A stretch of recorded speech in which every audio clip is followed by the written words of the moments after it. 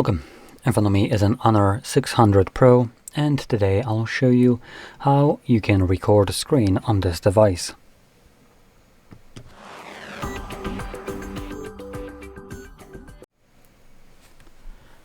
So to get started, you will want to swipe down from the top of your screen. If you have a separation between toggles and notifications, kind of like I do, you'll need to do it specifically from the right side of the screen. In any case, once you do, you'll have a bunch of toggles visible right here, and when you swipe down on it, it will actually extend them and hopefully reveal the screen recorder toggle, which for me, it is visible right here.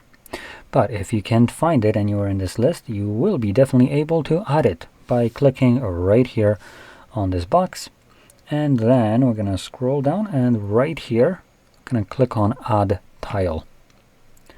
And right here, you will see a bunch of toggles that you can add in addition to that list that were not present there from the start. So we're going to, for instance, click on the ebook mode, and you can see it gets added. Click on a check mark twice, and this toggle should be now in this list. So once you have your screen recorder added, you can now hold it first time around, and this will take you to the settings, giving us piss poor options for a phone that costs as much as it does, and the specifications, this is just, there's no settings here.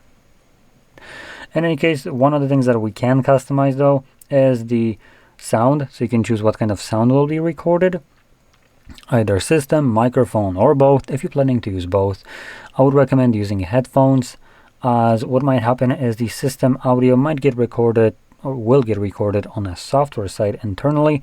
Then the sound gets passed through the speakers, at which point microphone will pick it up the second time, potentially creating an unwanted echo effect. Now additionally, we have the show touches. So when you start recording, wherever your finger is pressing the display, the screen recorder will record that with a semi-transparent gray dot. Additionally, we have a toggle for pure mode, which basically, if I remember correctly, is just like a do not disturb mode for screen recorder. So when this is enabled, notifications, magic capsule, status bar will be visible during recording, but will not appear in the final result. Okay, so I guess whatever we have right here is not going to actually be recorded. And then we have video quality. This is the only extent of actual quality customization that we have right here. So I will recommend right away to change it to high and don't look back. Now, we can close this, find the toggle again, and this time around press on it. You can see it starts to record right away. There's our countdown. So whatever we will be doing right now should be recorded by the device. And I'm trying to look for some kind of crap that will not.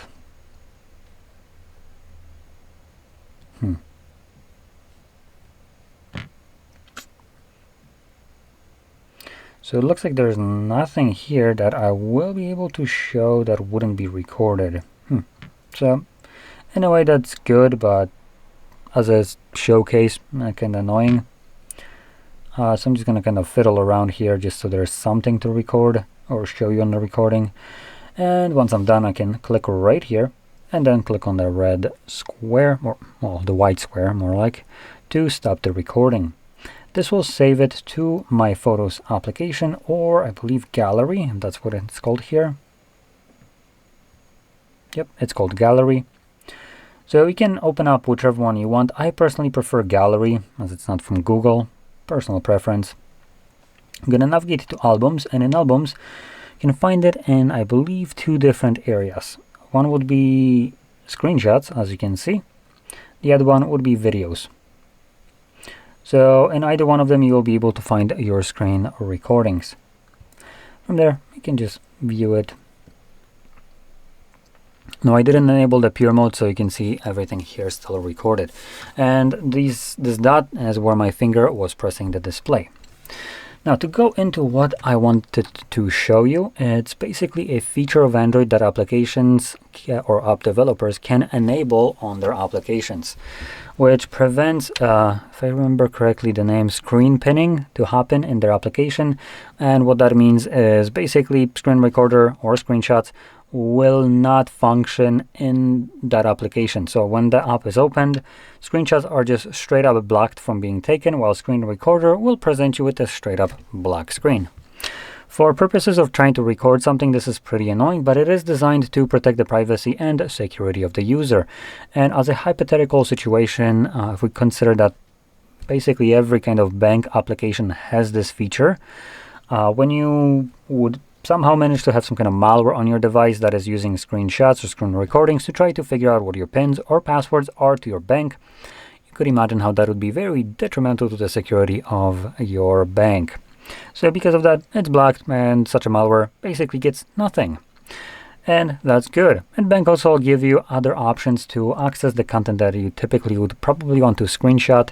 So most likely, if you want to screenshot something in a bank application, you probably want to screenshot a payment that you have made. And what you can do instead is tap on like the three dots usually, and then just download a PDF as a confirmation, and you're good to go. You achieve the same thing without needing to take a screenshot.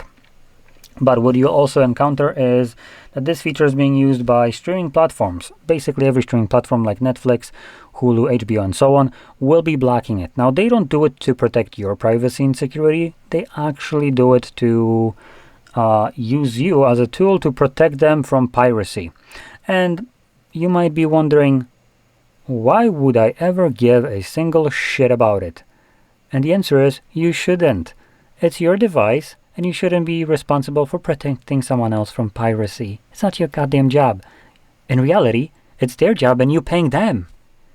So, for this purposes, if you're paying for some kind of subscription where you just want to capture, I don't know, a snippet of content that either, I don't know, maybe found funny or whatever, you want to share with your friends, contrary to what these piece of shit corporations will be telling you, it's not piracy actually. As long as you follow the rules, which if you're going to be recording a screen in this case, you are limited to, I believe it's like 30 seconds. You can share that. It's called fair use. There is such a thing. There's a circumstance for that. That would be literally this reason right here. And screenshots, you can capture them as well. Now, these applications prevent you from doing so, so I'll be showing you how you can circumvent this, because this should not even have existed on your device without ever asking you for your explicit permission to allow this to happen. But these applications don't ever ask you to do that. And furthermore, in most cases, Netflix, for instance, comes pre-installed with devices, and without even knowing or owning any kind of account, you will basically won't be able to capture it regardless. So you don't own an account, you have never agreed to terms of service or use. So on what grounds is it blocking you? And it also never gives you any kind of one of those pop-ups where it requires you to allow something. So I consider this to be a blatant violation of your device and what you can do on it. So let's open up our browser and go into a quick little Google search, which will give us the results that we're looking for. So I'll be showing you how you can find any kind of streaming content, like show or movie, from any of these not sites, but like applications like Netflix and so on. And from there, you can just view it through the browser, which therefore alleviates any kind of BS screen pinning problems that you might have, as browser is at that point responsible for displaying this content. And when the browser is responsible for this, browser doesn't block it. Websites cannot enforce this off of a browser.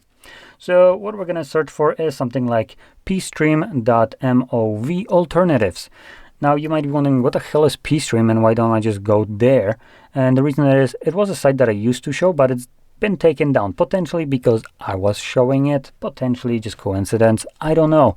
But I will be teaching you how to find other websites similar to that, instead of showing you one that will work right now, as you might be watching this video half a year later, and this site could potentially be completely gone. And what I would be showing you obviously wouldn't really work. So I'm trying to show you how to find these websites in the kind of logic of teach a man to fish to feed him for life. So, what is this keyboard? Let me try to, oh, there we go.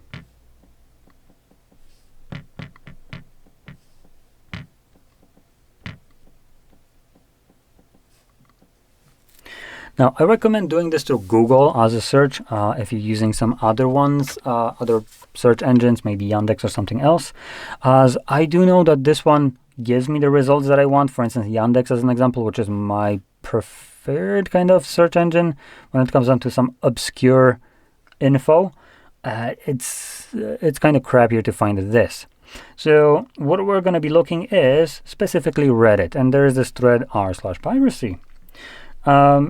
I want to also point out AI BS right here will be trying to convince you on some other bullshit platforms. Don't listen to this.